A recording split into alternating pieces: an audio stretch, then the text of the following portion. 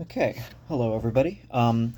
So today I'm going to be talking about the little over 200 books that I read in 2024. And if I sound tired, it's probably because I am, and I'm kind of. I knew I was going to do another. I ended up having to work overtime, picking up another shift, so that, and then I realized I'm probably not going to go to bed anytime soon, so I figured I'd just get it out before I forget, because it's gonna quickly before I know it'll be February, and then kind of I'll forget if I keep putting it off. But yes, so yeah, not to be too like, what's the word, congratulatory or like, but I do like listing and doing stuff like cataloging certain things that I do, whether it's like a athletic challenge, but like less of those. Obviously, it's like that's kind of more of a private thing. That's like it's like it's either it's certain things like running a marathon and stuff like that. It's but with reading books, it's different because I feel like this is a lot more easier. It's like a lot more easier for me to challenge myself to do something more intellectually invigorating. Just it's just more natural to me. But like I'm in my own element, and I feel like reading 200 books was definitely a challenge. And I didn't know I was going to get there. At first, I just, I thought I was just going to ease off and read more, just kind of like, okay, well, I'm going to read more impactful, like kind of stuff that I've been putting off, like the great, more the, I don't know if I'd say classics, but like stuff like um, things that I've, like, and there are certain things that I fit in there, but I feel like once I get in there, that mode of not only listening to, not only having like two, sometimes three books, just because I was testing it out like earlier this year, I think like the reading like obviously when I say I'm reading three books at a time or something, it's not like I mean I'm literally reading. I have three books like, and I'm like, oh, obviously that's not what I mean I'll read for maybe 15 minutes, to get in like 5 to 10 pages of one book, and then a little different point of the day, I'll when I come back from work or something, I'll read the another from another one. But when I'm doing that, I feel like it's, even if it's like somewhat coterminous, uh, I get the sense that I'm not fully taking in the uh, greatest extent of like what I could take from those books, because I'm like, rather than focusing literally on just one book, which is like how probably how I used to read when I was like first got into it, and just like very, even like as far back as a kid, like just like read one book at a time, because it's like our focus is like so scattered. So, but nowadays it's like for me, I'm just like the next thing, on to the next thing, on to the next thing, and I feel like that kind of competitive energy, personally for me, isn't like gonna be the greatest thing ever. But I do feel like once it's like one of those things where like with anything in life, with a job, with a career, like you can only get higher or better from here. As cliched as that sounds, like you're only gonna get as um there's only going to be higher, like you're going to constantly, so if you're like, oh, I ran like a less than a 5 minute mile or something, it's like, okay, so you're going to go into the next thing. So sorry, that's my share. But anyway, so yeah, that is, so I'm going to start out with the books I have listed here, and I'm going to give like, rather than last time, which I probably, the reason why it's so freaking long is because I probably would talk a bit about the book in kind of lieu of making a video for it on separate terms, because there's books that I still have here, like like the Simulacrum and Jean Baudelaire, that I want to make kind of more of a video essay kind of thing, where I have actual pictures and infographics and stuff like that, or but I have like two or three other videos like that backed up, that I have to add pictures and edit and actually do the more the uh, brain work and to get those finished. And so I'm just going to kind of keep this simple and just kind of in the flow, of just saying what the book is, and then maybe a slight tidbit of it. So I'm going to start out with January of 2024. The first one I read was Yes to Life in Spite of Everything, Viktor Frankl. Yeah, that was my second Frankl book. The first one was Man's Search for Meaning, which I also loved. It's probably one of his most well known. I think I read that probably, so I don't know, maybe 2018 or so. I just heard people mentioning it, like the logotherapy of meaning and stuff like that, and just like how what he went through in like the Holocaust, and like in Krakow camps, and I think it was that particular ghetto that he was And the next book was Stoner by John Williams. I have a separate thing on this because I loved it so much. It is definitely my favorite.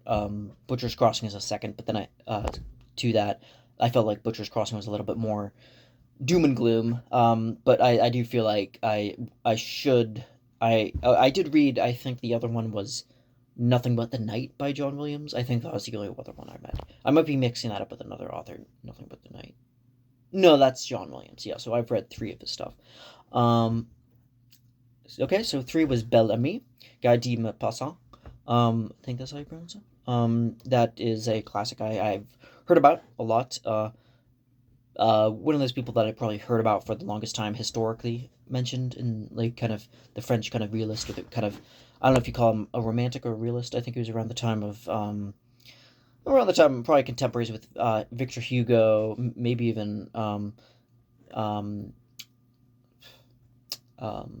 Dumas, Alexander Dumas. Sorry, a lot of French people like and yeah, and I think with that the whole like kind of post romantic, or maybe even, I'm not sure, realist, and then later on there was like Emile Zola, and who was more of a is that naturalist? That's what it was. The School of Naturalism. But anyway, I didn't really know what to think. It was kind of a little bit of a long drag of a book. I felt like I should have put this off until later and read it in person. I listened to the book of this one, and I kind of lost me at a certain point. But there's a lot of, social kind of commentary on like the times, and like a lot of it stuff like back then, whether it's Henry James and his, kind of critiquing the upper class English society versus the American kind of thing, as he does like in um, uh, Daisy Miller, which I recently just finished, which I'll get to soon. But yeah, I couldn't quite figure out what Bellamy was trying to get at, quite aside from kind of a commentary about like the status and the hypocrisies of like these high status people, in the same way that maybe Honore de Balzac, in the way he did. But the fourth one was Only Revolutions by Mark Z. Danielewski, and I really wanted to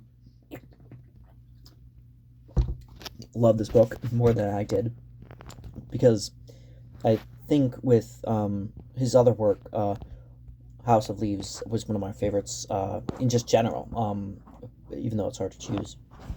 But I think like this was a big step. I think I can't remember the name of the other one. But this is the second one that I read, and I've yet to read any more. So yeah. So Only Revolutions is like has this very particular, kind of setup, very experimental. It's like it's kind of different. It's less layered than House of Leaves, with like a lot of ornate kind of decorative stuff, and like lots of like texts and manuscript and typeset things that are taken and kind of molded, mollycoddled, that's the word I'm looking for, together. Only Revolutions is it's like starkly minimal. It's like these two, a couple on a road trip. I can't remember the names, but like it's told in such a way that every alternating page is telling so if you turn it upside down, hence the revolution, because you're like turning it over, revolving. You turn it upside down, and like every seventh page or something, it's like you have to, once you turn it again, there's like a new kind of narrative nested in it that's like, and I thought that was pretty intriguing, to use that word. But I also thought it was going to kind of great lengths to kind of craft it to the point where the medium that's saying it is kind of a little bit like, haha, aren't we so? And I'm not trying to say that's just what he was trying to do, because I loved House of Leaves, but I thought that House of Leaves had, like, I felt for the characters a little bit more. Like the characters were like real people that I rooted for, and that and you saw kind of the themes like actually play out, like like whether it was like the being haunted by the photography, like kind of photojournalism of one's past, is like echoed Kevin Carter's own kind of tragic suicide, and how but with this I couldn't quite grasp, like I could sense that there was like a humanity behind it, but I felt like it was like kind of obfuscated. Anyway, but I might do a video on that later. I might have to reread it though. This is a lot of these things have to be reread, so I'm trying to get into the habit of doing that. Maybe not when I'm trying to read so many books each year, cramming them all in. But so the next one was Tender Buttons by Gertrude Stein. The other one I read by her was Three Lives, which was like kind of a series of short stories, I believe, about these three young ladies, I believe, that are kind of have their own separate ways of philosophies about them. And I couldn't quite. Tender Buttons was more of a poetry kind of thing, and I believe Stein actually she came up with a very interesting kind of rhyme scheme and different plays on words and stuff that in the early. And she's a American born and raised, but she spent actually from my home area of Pennsylvania, so I believe. Not to say that's really that significant, but she went off and I think to France and kind of I might be butchering this, but I think she started her own kind of school of writing, but like it was kind of a multimedia kind of thing of newspapers and it might have had poetry and stuff like that. But Tender Buttons is poetry, strictly speaking, and um, it's not like clever for its own sake, but it does have a lot of um, kind of its own kind of some of it's like a dry style and like is kind of focused on the mundane and how the mundane actually has a lot of a world of meaning behind it. Um, but anyway, Child of God by Cormac McCarthy. I thought that was twistedly perfect of a little book by him that I did a video on, and just like a little funny too. It's like funny how I even I can't remember the character's name, but yeah, I'm blanking on that. But so excuse me, my computer froze. Okay. So next was Grendel by John Gardner. I think I did a video on this. Yeah, it's an interesting kind of way of retelling the story, the old kind of story of Grendel in the medieval old kind of Anglican kind of story is retold through a new lens of a philosophical kind of almost Nietzschean kind of existentialist thing of Grendel through but that was my only John Gardner. I'm gonna have to actually read more of his. The Rural Trilogy by Federico Garcia Lorca. Lorca, I've heard a lot of people mention him in film, television, and different people in booktube over YouTube have and I ended up just kind of despite not um, hearing much about him aside from kind of the obvious kind of like late 1800s to early 1900s kind of time frame of his when he thrived, but I think that had a lot of kind of a pastoral kind of vibe of there was like like of bucolic lands of Spain and it kind of reminded me of a bit of like Dostoevsky in that sense, or a bit like this other one book I read that I can't remember. It was Marta. It was the Angel Guimerà, and he was a Catalan / Spanish. They had their own kind of Catalan section, a little kind of area of Spain in the kind of mountains, like lower, and it was called Marta of the Lowlands. And I think I heard that via a Sufjan Stevens song called, was that? It was off of Carrie and Lowell. And he goes, Manalik, I feel so used. It was everything, wait, hold up. All of me wants all of you, I'm sorry. Not the John Legend one. Although he is producing a John Legend album, so it might be good. I don't know, sorry. Anyway, I'm just getting off track. But yeah, it is that, it reminded me kind of that, the Rural Trilogy by Lorca. This idea of someone like a Marta from the lowlands falling in love with Manlik, and Manlik is, this rugged kind of guy, he's this guy from the mountains, and it's like, very symbolic of, like going down from the mountains, and uh, is like, whether it's Zarathustra coming down from the mountains, like being, like feeling like a bee that's gathered too much honey, or just like the archetypal figure of like of a kind of shepherd who's, isolated himself for years and years and longs for human contact, and it's very simple, but it's told, that's like it's ripe for so much to happen. These little, peasant kind of stories, because they're so heartfelt. They're kind of there's like it's very, I don't know. I'm a sucker for those kind of things.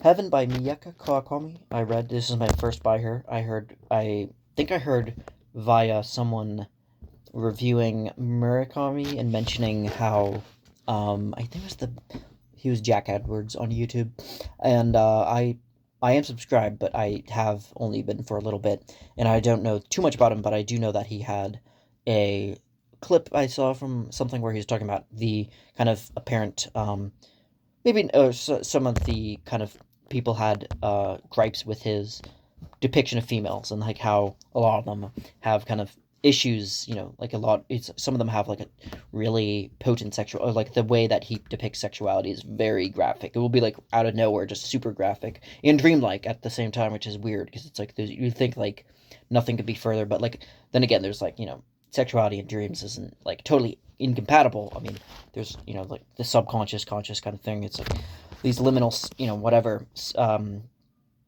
but at the same time I'm totally not equipped to be talking about what I'm talking about. Man.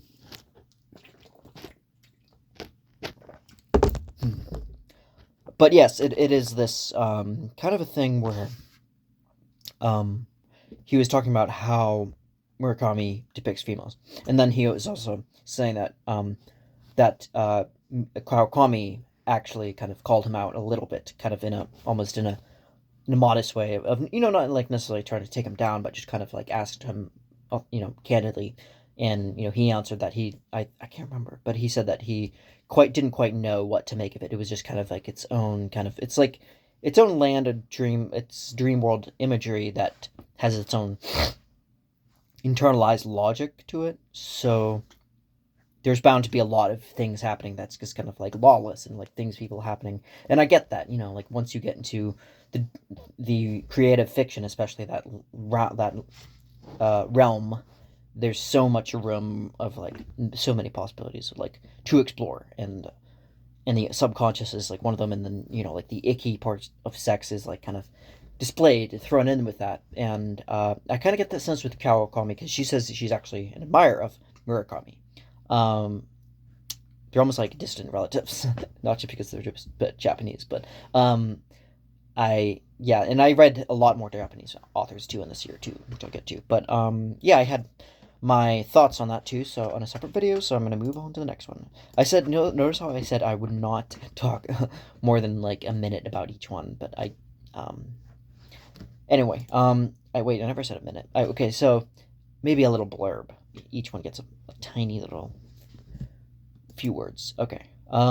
Ghost House, Emily Butler is a poetry chapbook that I'm trying to kind of get not local poets, but definitely more because it seems like there's kind of not a dearth of poetry. There is stuff that I think I read last year. There's like some stuff that I had in my own my parents' library had things that my sisters and brothers had collected, or had been gifted to them by local people, and I think I read like one little book of poetry about that size, that I can't remember the name, but it was interesting.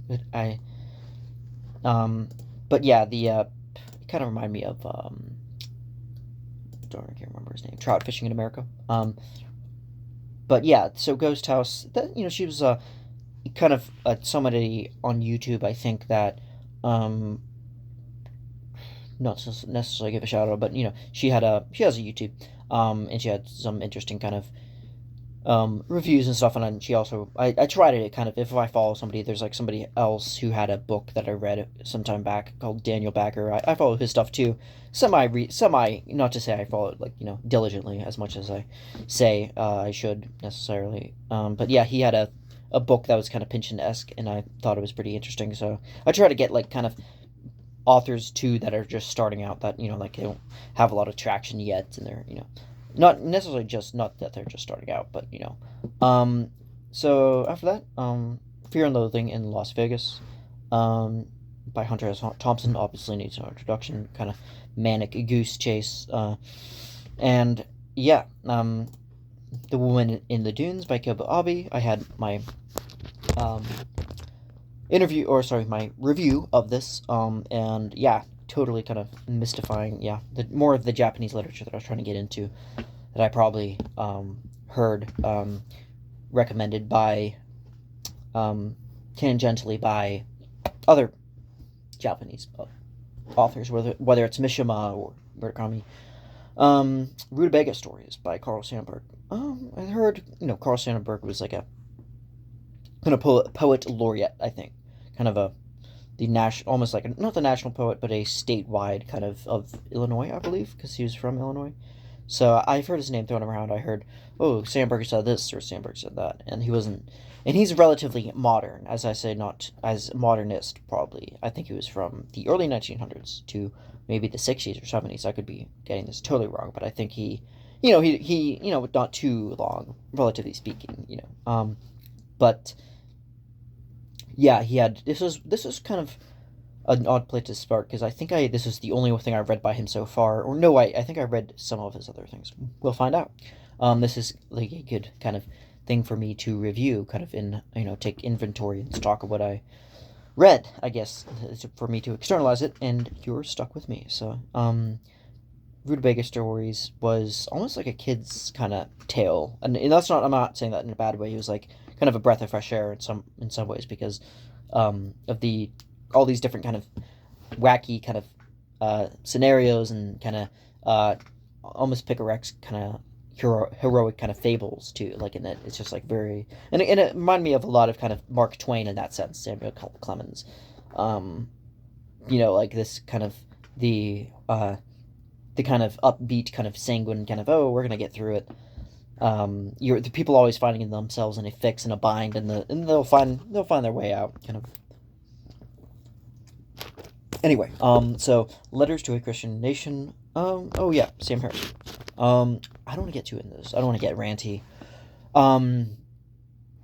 But I heard him mention this. But I, kind of, if you probably have been following me for a little while, I think I don't think I'm, really, because it's not fiction, I tend to like draw up to fiction. But then again, Viktor Frankl isn't fiction, so it's like I also had his, or and I think I can't remember his name. It was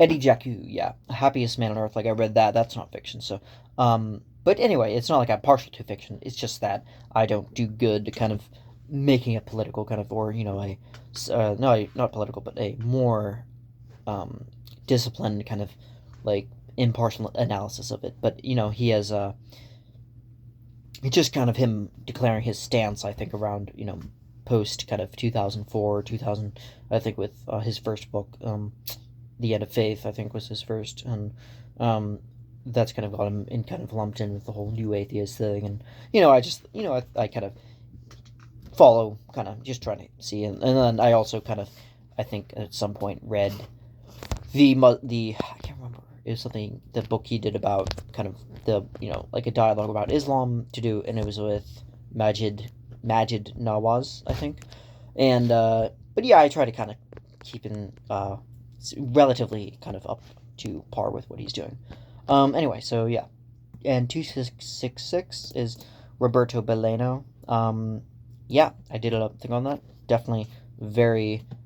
And also recently read a Bellano book too. That was my third book, I think, Cowboy Grizz, and then By Night in Chile.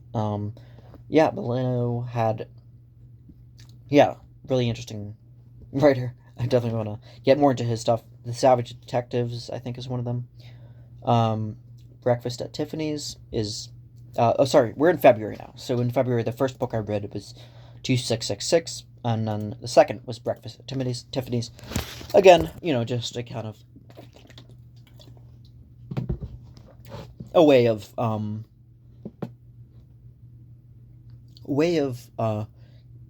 following kind of what's in pop culture, and I watched the movie too, and obviously Audrey Hepburn is a kind of a classic, kind of staple of semi iconoclastic as well in some ways. Her own style and fashion and stuff. I'm not saying that's a bad thing. I don't know why I caution these things.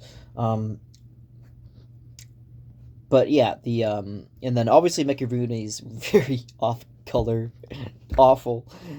Ooh, I don't even know if just like me just doing Mickey Rooney like, ooh, Mister Mustache, ooh, Mister, ooh, like you leave me. Why you do this? Like, I can't remember, but it was like he was so so like blatantly offensive to and xenophobic to especially towards Orientals. But yeah, so Breakfast at Tiffany's kind of had an interesting kind of thing. It was first Truman Capote. Planning on reading more of his stuff. I can't say like whether I'm a fan or not quite yet. But there was like an interesting kind of way that, you know, that in how the story panned out. How Golightly wasn't as, I guess carefree, or she wasn't her past like kind of caught up with her in some ways, and I thought that's kind of interesting. Like things aren't all as they seem, but so Beowulf, various oral traditions. Oh yeah, so Beowulf, yeah. I just try to get into kind of old, kind of Celtic, and every now and then kind of keeping up with that kind of stuff. I try to keep up with this channel Esoterica, which is a really great channel that has a lot of has a scholarly kind of background too, and he's able to there's another one I think called The Symposium by Laura, who I literally just started following a week or two ago. I've only watched a couple videos, but yeah, they definitely have like the kind of the not the final word. I'm not trying to say like, but they definitely have a really really good, insightful kind of what's the word, like thorough. Like they've been reading these kind of texts that are very obscure, and like the translations are very hard to find. So it's like especially kind of something you'd be. It's like gold, it's like this old stuff like the Nag Hammadi or like the Gnostic texts, the old very hence Esoterica. That's where he like I watched one on the Chaldean oracles. I think the one in the Chaldean kind of modern day kind of Middle East, kind of near on the cusp of, I believe, Saudi Arabia and Israel, kind of in that area, Jordan too. I'm getting my geography mixed up. But yeah, that kind of the oracles being how the specific kind of incantations and spells that people would be saying to conjure up the spirit, like I guess the Chaldean kind of what that kind of the spirit of kind of Thoth, Egypt. I think of the emperor, and prior to that also Hermetic, with Hermes kind of too with that. So this is all scattered from multiple kind of sources I've briefly at best kind of looked at, so glazed over. So do not color me an expert. But yeah, that very interesting stuff. Beowulf, like I'm kind of at a loss for words of just like same thing with like the like Enuma Elish too, like just like the idea of longing, or the idea of love, or the idea that this human life isn't like this is it, like this idea of coming to terms with mortality, memento mori, especially in medieval times, the plague and everything, like I think Botticelli, I think, was medieval. No, he was more around the Renaissance. Um, I like to read his stuff too. Erasmus as well. I have not read the Dutch philosopher Erasmus yet. And yeah, so with that, I oh yeah, too, the the Epic of Gilgamesh too is very had that, like this idea of like the milk. I think it was the bar was the milkmaid or the alesmaid that came to sorry, no, Gilgamesh, and told him that like the life you're looking for, like it's not, like you're not gonna find it, like this eternal life, like you've been looking all this time and it's not gonna. Sorry, bud. Sorry, pal. Paraphrasing, but that just this idea, like these are like thousands, like what is that, like to at least 2000, 2500, 3000 BC. I could be butchering that, but um that is the that's just like completely like out of this world, like completely like almost unfathomable to me that something like that kind of human, very very human, like these people were human with human impulses and desires and you know wishes, you know and like limerances and kind of uh pining for things, like for the next thing. um and yeah, she kind of gives some cautionary tale. So after that was White Fang by Jack London. I could never quite get into kind of the more adventurous kind of stuff, but I did hear about, Jack London, and I thought it was interesting that the narrative device was via the point of view of dogs, kind of like Snow Dogs. Not this, no, not the same thing. This is much more. This is like Snow Dogs on like acid. Like it's very primal and like um animalistic. Obviously, that goes without saying. But yeah, these dogs that are just hunting, and they White Fang is kind of like almost like the leader of the wolf pack, I guess, the alpha male wolf pack, and he's all these dogs are kind of working together, and it's like through the point of view of all of them, and it's like told through like it's putting animism, so attributing human kind of conscious kind of thoughts and stuff to dogs, which would make for a good kids book, but it's almost like a little bit too gritty for kids. But it's whoever. I mean, I had to deal with Watership Down, which is like literally rabbits getting ripped apart to shreds. So that was my, that was the baleful kind of sad underscore to my childhood. So that was like the very like very morbid kind of stuff that, and now that I get like what it was kind of the not just the film but like the book and just the whole idea of Watership Down or anything like that. It's like kind of showing the more uglier sides of life, I guess.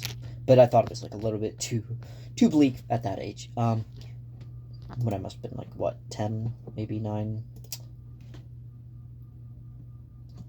So yeah, so Benito Cereno, um, Herman Melville. Yeah, I can't. It was like so the Benito was a lot of his stuff. So that was my third Melvin since I read, and I think I reviewed Billy Budd. Yeah, Billy Budd.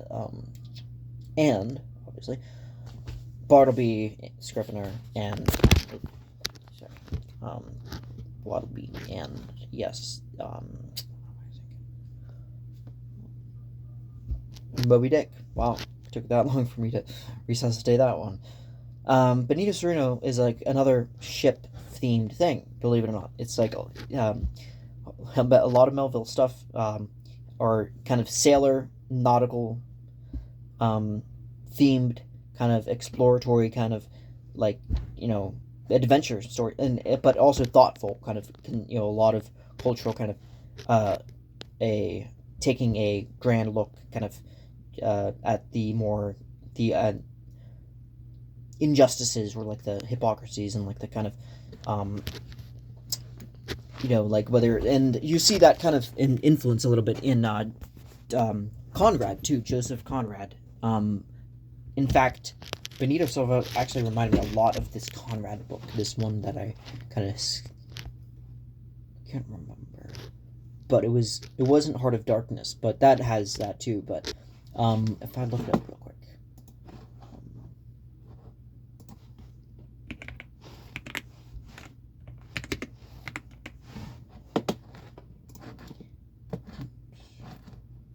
Lord Jim, that's what it was. You know how to find it. That reminded me a little bit of a Melville kind of tale because of but like more bleaker. I think Melville kind of keeps his humor about him. He'll be like, kind of philosophizing the landscape of these otherwise kind of mundane kind of sailing ships and slave labor and stuff like that. But Benito the Serena was actually kind of a darker kind of Melville thing because I think with him he was on a slave ship that held against his will. I might have done a review for this, but yeah, this one had a lot more of a kind of Billy Budd too, like showing how much Billy Budd ended up being kind of taking the fall and being kind of like a scapegoat for a lot of these sailors and like turning on him. And Benito Cereno has a kind of similar undertone, I believe. Yeah, definitely ahead of its time too, of like portraying those kind of subjects. Then was Iron John by Robert Bly. I'm so on the fence about this. Robert Bly, he's not necessarily an academic in the strict kind of like he went to. I believe he did. He did. He's educated. Obviously, I'm not trying to say like no. I mean, he's a scholarly person, but he's almost like a lay. I'm not sure saying this right. I've only seen like a little bit of interviews with him since he passed away in the 90s, I believe. And he again, I don't know too much about him. We're coming in dry here. But his subjects entail kind of a almost Jungian / neo post Jungian analysis. I'm not sure. I think Iron John came out in the 80s, I believe. Iron John, yes.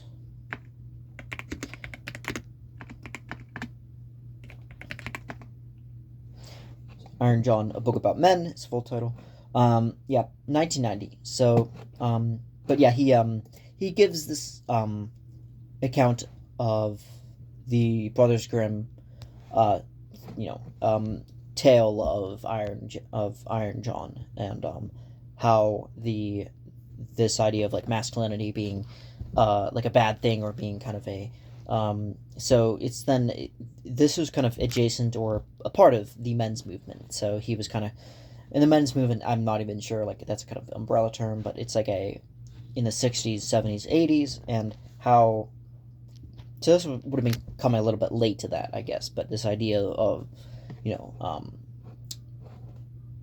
men trying to find their place through myth and meaning, and imbuing someone's with myth and meaning, and the, especially with how many like feminist kind of like the kind of or seen kind of as like a counteractive, but they should be more of a complimenting kind of thing, I think. But they shouldn't be really at war at all. Like it's just like but yeah, he applies this kind of Jungian psychology, and remind me a lot of the times one person of Joseph Campbell, who I've actually yet to read because I'm very on the fence about getting into the hero's journey because I know I've heard a lot about it.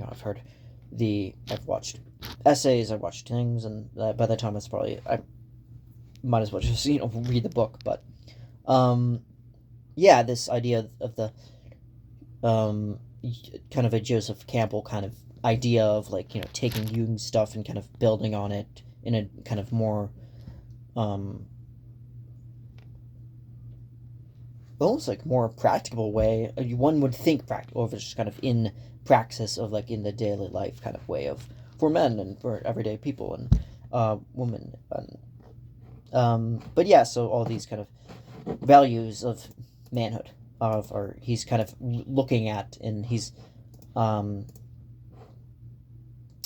reevaluating it and being like, so yeah, after that was The Natural Hustle by Eva H.D., one of my favorite poets. I think I did a video on her.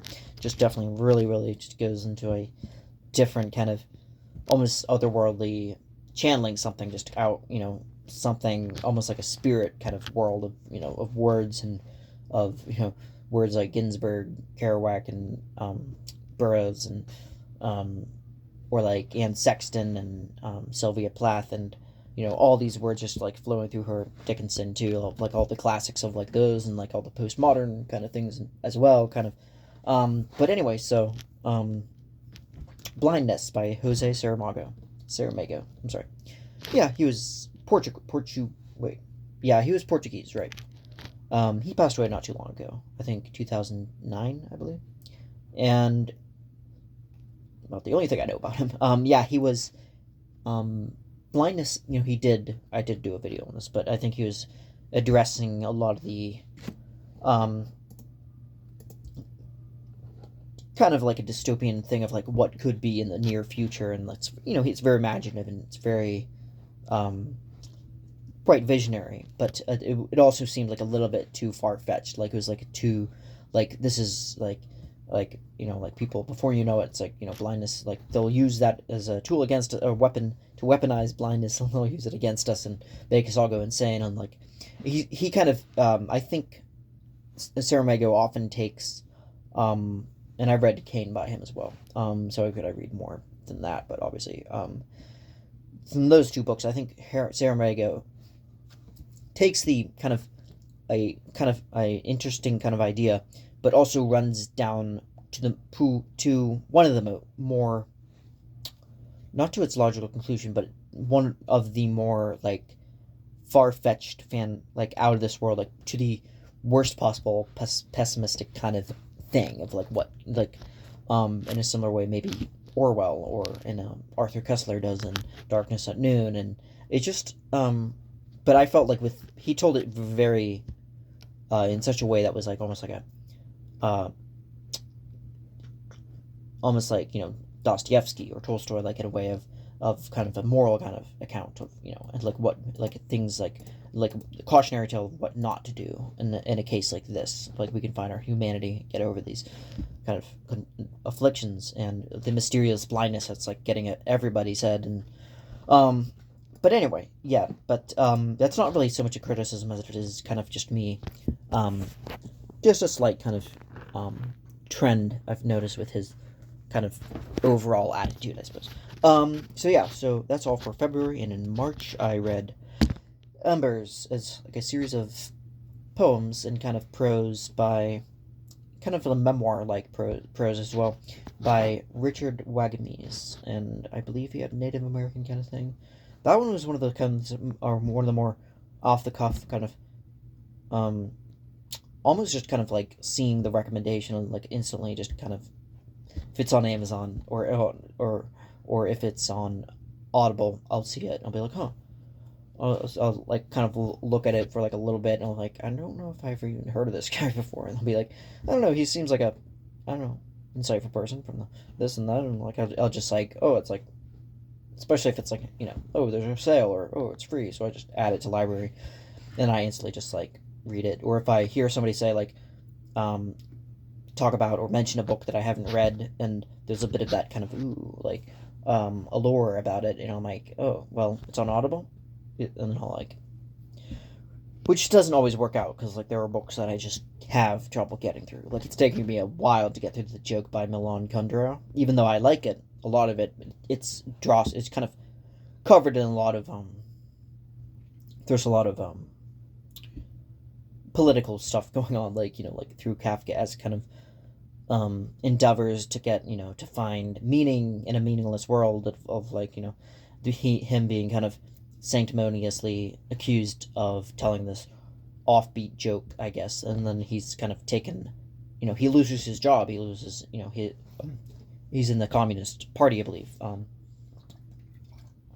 he's like excommunicated and forced to work in kind of a labor camp, and total fall from grace just for one tiny thing. Not too much, not unlike Jean Valjean with stealing a loaf of bread, and although that's probably more noble, I'd say. But anyway, yeah. But I liked Jose Saramago. I like to read more by him. But yeah, he was not. I don't think he was necessarily associated with the Latin boom. I don't think. I think that's more Jorge Luis Borges, and Gabriel Garcia Marquez, and I believe, and Donoso, I think another guy I've yet to read, but yeah, he was Portuguese, just like Fernando Pessoa, who I'm reading right now. I just might as well say that. I'm reading both The Joke and the Book of Disquiet, and I'm only on the first couple chapters, I think 20 pages into the Book of Disquiet, and I love it so far. It's so, like, disjointed and so unreliable narrator, kind of, through the years of 1913 starting out, and then he's, like, cataloging and using all these heteronyms to kind of express different philosophies, and I'll get to him in his own video when I'm done the book. But this is what, this year, in January, I'm going to try to read less but more thoughtfully. Just more like, I'm not in a hurry. So, after that was The Sacred and the Profane, Mircea Eliade. Yeah, I've heard him mentioned kind of by different sociologists, historians, so psychologists, and he was a scholar of religion, so he was like religious studies, and he had a lot to kind of investigating the sacred profane kind of dichotomy, and I thought that was really interesting, but I'm not doing it justice because I can't quite remember like what he talked. It's like the idea that the sacred, that these rituals, and hierophanies, right, that hierophanies, you go through like a kind of catabasis of like there being like the dark undercurrents of the underworld drawing you in and tempting you, just like is like classically been portrayed again and again throughout myth and history. This idea of like in not Ovid's Metamorphosis, but in Orpheus, him going down to the underworld to get can't remember.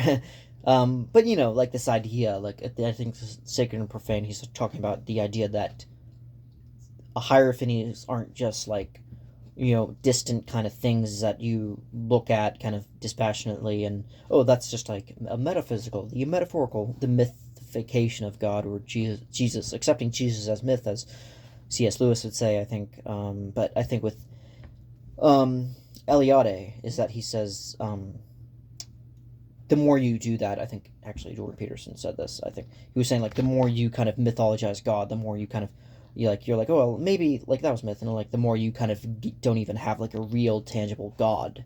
But I think what Eliade is getting at is that whatever this God was that people were talking about for thousands and thousands of years throughout civilization is something much more than just, it's just like a cute little myth, it's just like a, it's just like the symbol of the stars, it's just the stars, astrology, it's just the poetry, and it's like, no, it has to be a contact, like a physical, tangible, I don't know why I'm getting so backed thing, it's like it has to be something like in your midst, like that's what he's talking about with hierophanies, I think, but I could be wrong with that, but I totally see that where he's coming from. Anyway, Rotten Perfect Mouth, by Eva H.D., another favorite by hers. That's one that has Bone Dog, one of my favorites. I'm thinking of ending things.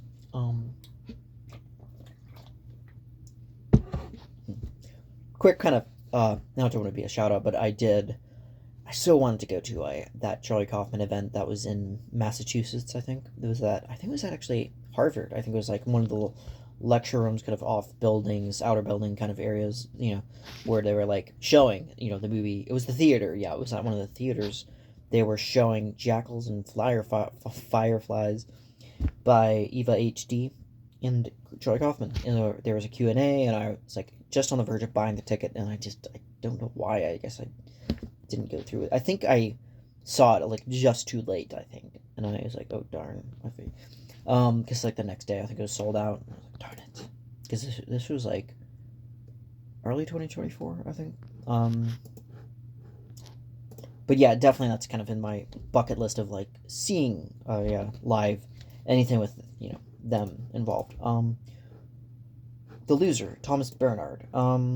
Yeah, that I thought there was like I thought I read that in 2023. Huh. I guess I did do a thing for it, a review. Yeah. I love how he tells us kind of offbeat tale of Glenn Gould through the two kind of varying unreliable narrator kind of eyes of this guy who both of them are losers in comparison to the Glenn Gould, the greatest, freaking concert pianist, ever to walk the earth, one of the greatest. And like this kind of idea that the virtuistic kind of maverick is so out of midst and so, like it's just like anything is like kind of, like spittle to what he plays, like the Goldberg variations, especially the elegance and precision as well. Not just in Gould, but like in Bach's original compositions as well. But I think with that, it's like he's telling it through the lens of like these two people that know Gould, and one of them, spoiler alert, commit suicide because he's like so torn up that he could never be as good as him, and then his friend is kind of like now, the one still like survivor that he's like, but he too is like kind of fraught over it. But yeah, I thought it was really interesting because the use of a real historical person through a fictional lens, I think, was really interesting. So, I'm going to try to read more of his stuff. Reasons and Persons by Derek Parfit. Moral Philosophy. Not on, more so on deontological ethics, kind of, like the things, and I think Sam Harris, talks about how Parfit, kind of his reasoning and everything. I'm not going to get too philosophical here because I'm, feel kind of dry right now. I'm kind of nearing the end of my first half here, but yeah, it is strictly philosophical work. It was like some 30 hours of reading, listening, and yeah, that was I felt like, because some of it was like, it lost me, but I was like still listening, but I felt like a lot of it, like he was talking about, like getting down to, like what, how to define, like how can you even make moral claims or objective claims about subjective things? Like, how can you truly make a case for morality, being moral? Like, how do we actually, I think Nagel said this, like how I think some of us have like kind of a moral privilege, I think he says, because you're born with, some people might have, you might have a disease that might, affect you, and like you have, and like, and you're born into this world regardless, but like then again, like you could also, there's so many different other possibilities. Like you could also, be the one person on the earth to save the planet, or whatever, from burning alive or whatever. But like, like it's like there's no telling what could happen. But unless your Laplace's demon, in that case you could. But anyway, so yeah, these what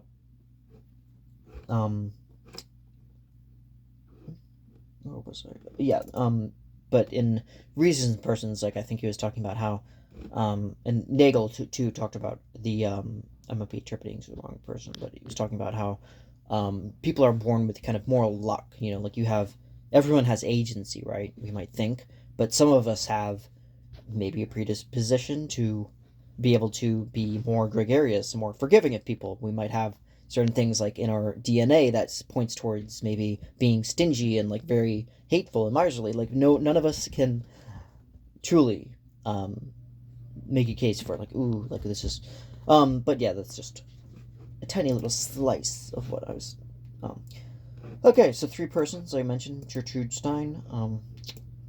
I don't know if I did a review. Both Flesh and Not by David Foster Wallace, another one of his, slowly going through, and then watch as how I think as the second I think that I just finished reading all of, Wallace's stuff, that I come up with some kind of an unreleased kind of thing that found the manuscript or whatever, but yeah, so that was another one of his essays too. Cain by Jose Saramago. That's the one I was thinking. That was more of a satire on the tale of, I don't know if I did this one.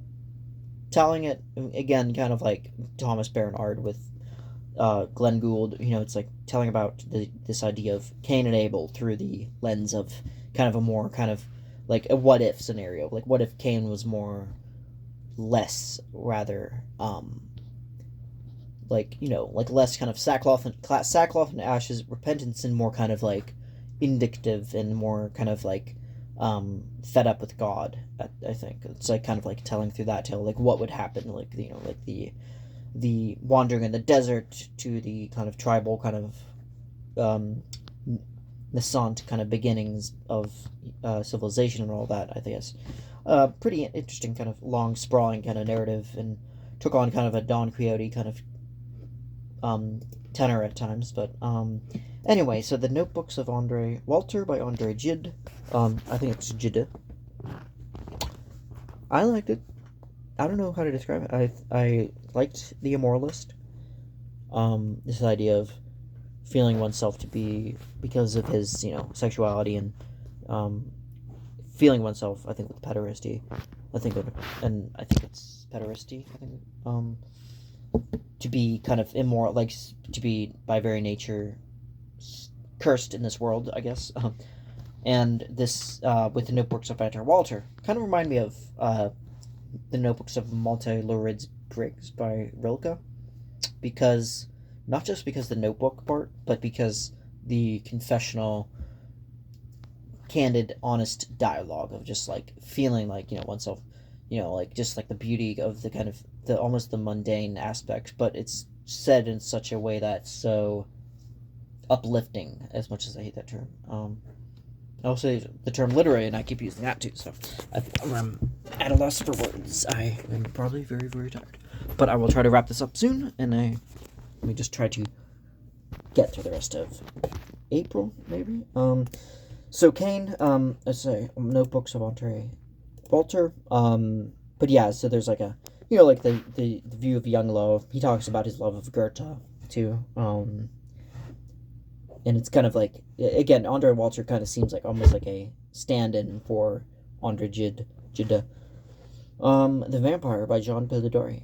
This one was like a sliver little short story. I heard people mentioning these kind of like interesting kind of mini doc I might have seen on vampires, and how and what actually happened with Transylvania, and like what like the whole thing wasn't as dramatic as it was made out to be. I mean, the guy, obviously, Vlad, Vlad the Impaler, in Latvia, kind of, was it 13th century? I'm not sure, but I think that's kind of in the spirit of the vampire legend, I guess. With John Polidori takes that, and he was a kind of a romantic kind of almost contemporaries with Byron, I believe, and he died pretty young. I think Polidori died at I want to say like mid-20s.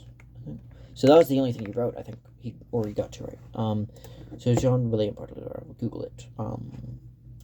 British writer, 25. Yeah. Part of the romantic writer. He only, I guess, the diary. He also wrote the diary of John William Polidori. Okay, so that's just a Ernest Burkholdt. Kind of around the time of Shelley. Yeah, that's another thing. Shelley. Mary Shelley, Frankenstein, which I read and also enjoyed, and morbid, but obviously, very sad. Obviously, Dr. Frankenstein was the real monster. Anyway, so that was the last one I read for March, and then April I read A Child Is Being Killed by Carolyn Zykowski, another author who I think I read one other book. I think 3 books I think I've read so far, or like some of them are poetry, but I think this was more of a novel, I believe. Really interesting kind of narrative.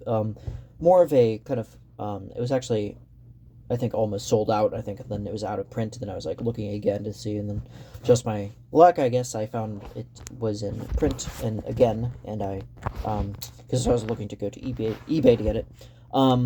But yeah, I like this idea because it took a quote from this other person saying, I can't remember the other philosophers, a French, almost kind of a post-Lacanian guy who said that. I think it was like a post-structuralist, I think. But I think, if I look at the quotes, it's Serge Leclerc, who said a child is being killed on primary narcissism and the death drive. So that was a post-Freudian, the death drive and the beyond the pleasure principle, yes. So yeah, Serge Leclerc was a French which I have yet to read. I'd actually like to read that book, but I like how she tells that story through a kind of a narrative of this yeah, like I said, like the title says, of a child looking for, kind of a way out of this kind of monster kind of abuser's home, and how every day she's kind of being symbolically killed too, and through the abuse, but also kind of physically, humiliated to the point of almost being nigh to tantamount to death. So it's like kind of throughout, like, just the worst throes and like the worst possible harrowing, grueling kind of like torture imaginable, like just being like raped and abused by this older guy. But yeah, this, and then how it ends on a kind of a not on a somber kind of note, but on a more of an uplifting kind of note of being, let out finally, I think. Sorry, not to spoil it, but I think it does end on a more positive kind of aspect. And then after that, I read The Growth of the Soil by Knut Hamsun. That was my second. I read the other one was Hunger. And I've actually loved to read more of his, because actually, despite his Nazi affiliations, which were uncannily enough were actually weirdly like kind of too close to home almost. Like it was like, wait, I don't know what I mean. That's a wrong phrase to use, but I think Hampson was actually like wrote Hitler. I think he actually knew. I think at some point he was like in a writer. He was exchanging letters with him at some point. I'm not sure, but he was like a kind of one of the voices of a kind of like the Nazi kind of drama of like a kind of a Nazi kind of way of, and Martin Heidegger too. But yeah, so The Orchard Keeper by Cormac McCarthy. I think I did a review. Obviously trying to go through McCarthy too, and I'm slowly realizing that there's so much to uncover. So, Very Important People by Ashley Mears. I would like to do a thing on this, despite being nonfiction, but she talks about like the VIP club scene and how damning that is, like just how much evidence there is against how women are being used kind of with their looks and models and all this stuff to be brought to these events where they are, like the bottle service, and like being brought in to kind of be thrust in there, and just for it to be a eye candy to get the guys and to hype up the party. It's just everything is artifice. And she talks about from a sociologist perspective of this interesting thing I took away, which is the old anthropological kind of thing that you could trace back to old civilizations burning. I think there's the potluck, I think was one of them, as a kind of tame example, but where you kind of people take money and like they'll like burn it, like that's at these events, the VIP things today. And throughout history, people did similar things where they would burn like fabrics and expensive cloths and stuff like that, and throw away their their stuff just for the sake, just to show power, because that's what at the end of the day it's all a gesture of just power tripping, I guess. But anyway, The Man Who Was Thursday by G.K. Chesterton, very humorous kind of almost picaresque kind of satire that I really thought was pretty funny. The Painted Bird, Jerzy Kosinski. I'd like to do more of his stuff. I also read Being There as well, which is, I thought that the Hal Ashby, which is why it's one of my favorite films of all time, the Hal Ashby movie was so faithful to it too, as it didn't, and in a way too, like the trying to think. So after that, actually, The Passenger by Cormac McCarthy. I actually love that. Probably one of my favorite by him. The Immoralist. I mentioned that. André Gide. I thought I read that first by him. Being There by Jerzy Kosinski. Yep, I just said that. I guess I did read them in kind of close proximity. The Corrections by Jonathan Franzen. Slowly trying to work my way through Franzen too, but kind of less of his, because I think The Underworld. No, that's The Underworld's by I'm sorry, that's John DeLillo. The Boxman, Kobo Abe. My second or third. I'd like to actually do order another one of his books soon. Absalom by William Faulkner. The Counselor by we're in May now, by the way. So I first read The Boxman.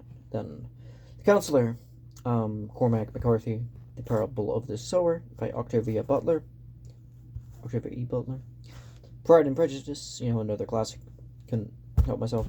Jane Austen. The Cathedral and Other Stories by Raymond Carver. Love Raymond Carver too. The Call of the Wild, Jack London. I guess I did read 2 of his stuff. I was just drawing a total blank when it comes to Call of the Wild. I did get a sense of a more kind of adventurous kind of, I don't know if it's men's kind of adventure fiction or whether it's like particularly more cross-genre, but it does seem like, I think Jack London himself was a nature enthusiast he lived what he wrote about, But I tried, I guess, maybe it was after the White Fang that I kind of felt that me and Jack London weren't gonna have a long-standing total rapport of a fan of me being a total fan. So I was like, well, I might as well just read this last one. So I might not read any more by him, but I might, maybe in my 30s or 40s even, might even get into him later on in life after I've traveled a little bit more, maybe. The Diamond Compendium, Shoham Zoper. That's a friend in the Pittsburgh area. He had some, I don't know if name dropping him, but he had a kind of self-released book, but he has a venue out in Pittsburgh that he runs open mics and music and stuff. And he showed me this book he wrote, kind of a quixotic, kind of almost I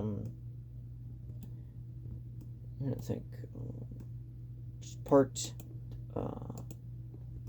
Don Quixote, almost like a little bit like Cervantes, and kind of it was kind of almost Kurt Vonnegut too, a little bit, the kind of magic real or the surreal kind of tones as well.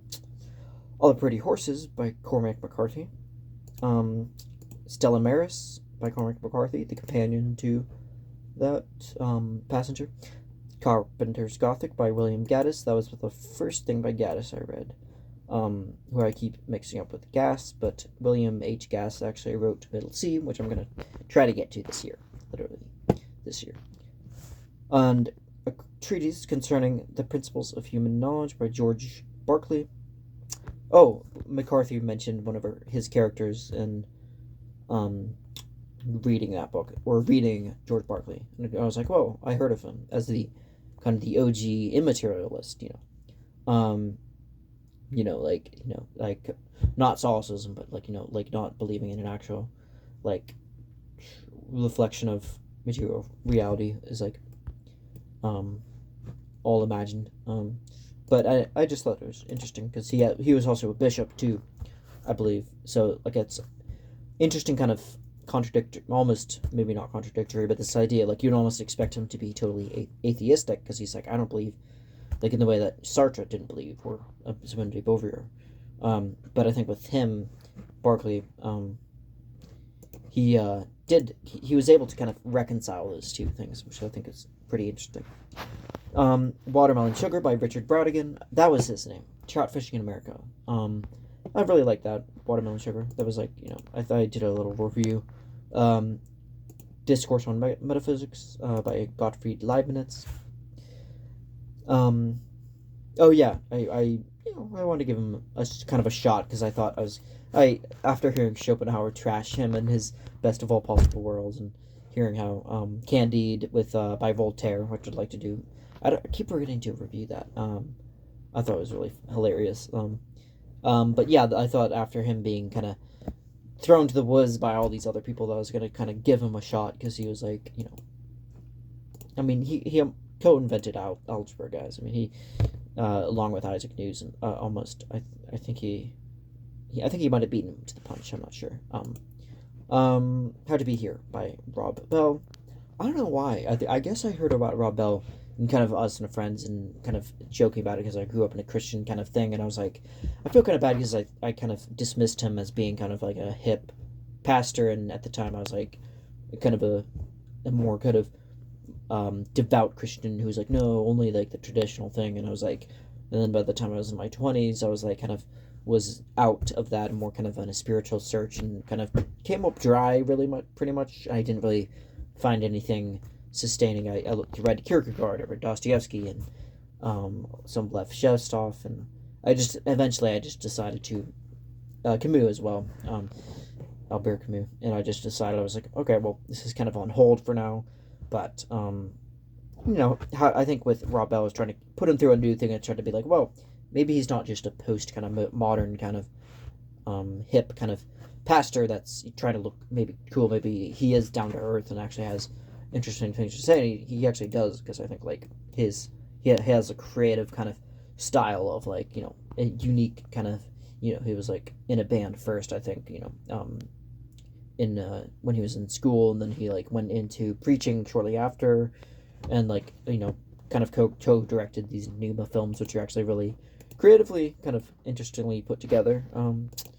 The music and everything is like really just like fitting. So even if like you're not like a spiritual person or like a religious person, his film's gonna have, or his stuff, to different degrees, I think has like a pretty kind of a